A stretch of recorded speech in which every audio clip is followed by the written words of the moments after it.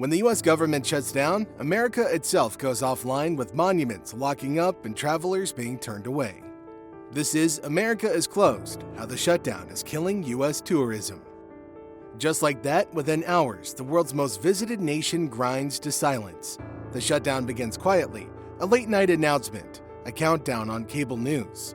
And then by morning, reality hits. Park rangers, TSA staff, museum workers, all furloughed.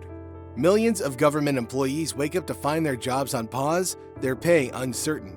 Across the country, tourists face locked gates and handwritten close signs. Families who traveled halfway across the world for Yosemite or the Grand Canyon stare through fences, realizing nature itself has been placed under restriction. Washington, D.C.'s National Mall, usually a symbol of openness, turns eerily still. Airports feel the ripple first, with security lines stretching longer as fewer staff handle the same crowds. Hotel phones ring non-stop with cancellations as tour guides, shuttle drivers, and even small business owners brace for a wave of no-shows. In the first 24 hours, the shutdown isn't just a political story, it's a logistical collapse. Behind every missed tour and empty restaurant table lies a network of people losing income by the minute. The close signs might look temporary, but to millions dependent on tourism, each passing hour feels permanent, a slow, silent freeze spreading across America's most welcoming landmarks. And nowhere is the silence louder than in America's national parks. Within days, the country's most visited parks fall silent. Yosemite closes its visitor centers, Yellowstone's gates restrict entry, the Grand Canyon limits access to only essential staff. Millions of tourists are turned away. Furloughed rangers mean basic maintenance stops, trash collection halts, restrooms lock, and information booths go dark. Without supervision, some visitors enter illegally, leaving behind litter and safety hazards. The absence of staff turns open landscapes into unmanaged zones. Each day of closure drains local economies. Gateway towns like Springdale, West Yellowstone, and Tusayan lose hotel bookings, restaurant traffic, and tour revenue. For small businesses that rely entirely on visitor flow, a single week without tourism can erase months of income. In the 2019 shutdown, parks reported damage to trails, vandalized facilities, and overflowing waste, problems that cost millions to repair once operations resumed. The closures also disrupted school trips, photography tours, and international travel itineraries planned months in advance. The shutdown is more than a political gridlock. It's a full stop on one of America's most profitable national industries, where every locked gate equals real economic loss. In major cities, the tourism chain begins to snap. We're talking hotels in Washington, D.C. reporting hundreds of cancellations within days.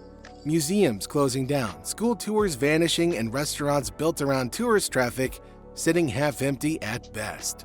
Each empty hotel room triggers a cascade, meaning fewer taxis, fewer meals sold, and much smaller tips for service workers. Orlando, the heart of America's theme park economy, feels the slowdown next.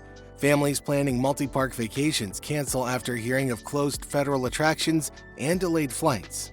Even though private parks stay open, perception matters. Visitors hesitate to spend when uncertainty looms. Over on the West Coast, San Francisco sees international bookings drop drastically as the visa processing stalls. Tour operators straight up pause campaigns targeting overseas markets, knowing travelers will choose destinations that feel stable and far more predictable. The U.S. Travel Association estimated the 2013 shutdown alone cost the tourism industry $152 million per day. That's right, per day. And these are all losses concentrated in just hotels, food services, and transportation. Small tour companies and local guides, already operating on thin margins, have no, and I mean absolutely no cushion. What begins as a government standoff quickly turns into a liquidity crisis for tourism-dependent cities, especially where every hour of shutdown multiplies into thousands of dollars lost across entire communities. And behind the scenes, another crisis unfolds. Paperwork stops moving everywhere. Tourism doesn't just depend on open parks in busy cities. It depends on paperwork. During a shutdown, passport offices reduce staff, visa processing stalls, and embassy services slow to a crawl. Travelers waiting for approval face silence. What's normally a 2-week process stretches into months. For international visitors, that uncertainty changes plans fast. Families cancel U.S. trips, tour groups reroute to Canada or to Europe, and business travelers postpone conferences that would have filled hotels and restaurants. Each lost booking compounds the damage. At airports, it's increasingly common to see more flight delays. Security bottlenecks frustrate travelers who are already on edge, while airlines are forced to absorb the rising costs from the disrupted schedules. Customs officers prioritize essential traffic, leaving tourists at the bottom of the queue. Even diplomatic programs built around cultural exchange take a hit. Student visas, artist residences, and research trips freeze mid-process, cutting off soft power links that normally strengthen America's global image. You see, tourism, it's not just movement. It's really about trusting in reliability. But when paperwork stalls, so does confidence. And once foreign travelers start doubting America's consistency, recovery takes more than just reopening offices. It takes rebuilding credibility, one delayed passport at a time. The shutdown's reach doesn't stop at U.S. borders. It actually spreads worldwide. Outside of the United States, the image of reliability begins to fracture. For international tour operators, America becomes a high-risk destination, making it just one political deadlock away from closure. Clients don't want uncertainty, so agencies pivot to Canada, Europe, and parts of Asia where infrastructure and access feel almost guaranteed. All global airlines respond quickly, with routes into major U.S. cities seeing temporary reductions and marketing budgets shifting toward more stable destinations. Online booking platforms register a visible pattern. Searches for American trips drop, while European and Australian markets rise. Travel influencers and media coverage accelerate the perception change. Headlines showing shuttered landmarks and stranded tourists make their way across social platforms.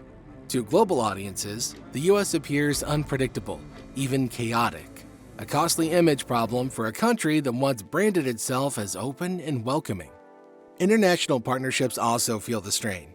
Joint tourism campaigns are postponed, sponsorship deals frozen, and long-term collaborations delayed.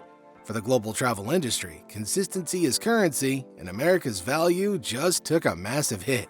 When the world's leading tourism destination starts missing from travel itineraries, the damage is more than just economic. It's damaging reputation and reshaping how the world plans to visit the U.S. in the future, the very near future. And even after the shutdown ends, the damage doesn't disappear overnight. When the government reopens, the switch doesn't flip instantly. Federal employees return, parks unlock, and agencies resume operations. But the momentum is gone. Tourists have already rebooked elsewhere, airlines have adjusted schedules, and tour operators have shifted focus to more stable markets. Local economies feel the delay the hardest. Hotels that lost peak season bookings don't recover those nights. Restaurants that cut staff during closures can't rehire immediately. For small towns near national parks, the losses from one shutdown can take a full year to offset. Internationally, rebuilding trust takes even longer. Travelers remember the headlines, the uncertainty, the canceled plans. For many, the United States no longer feels guaranteed, it feels conditional. That perception quietly reshapes global tourism flows for seasons to come. Even when visitors eventually return, spending patterns shift. Shorter stays, smaller group sizes, and lower advance bookings become the new normal. Marketing campaigns must work twice as hard to restore the sense of reliability that once came naturally. The shutdown may last weeks, but its shadow stretches for years, and that's a reminder that every closure leaves a dent in the world's confidence to visit America again.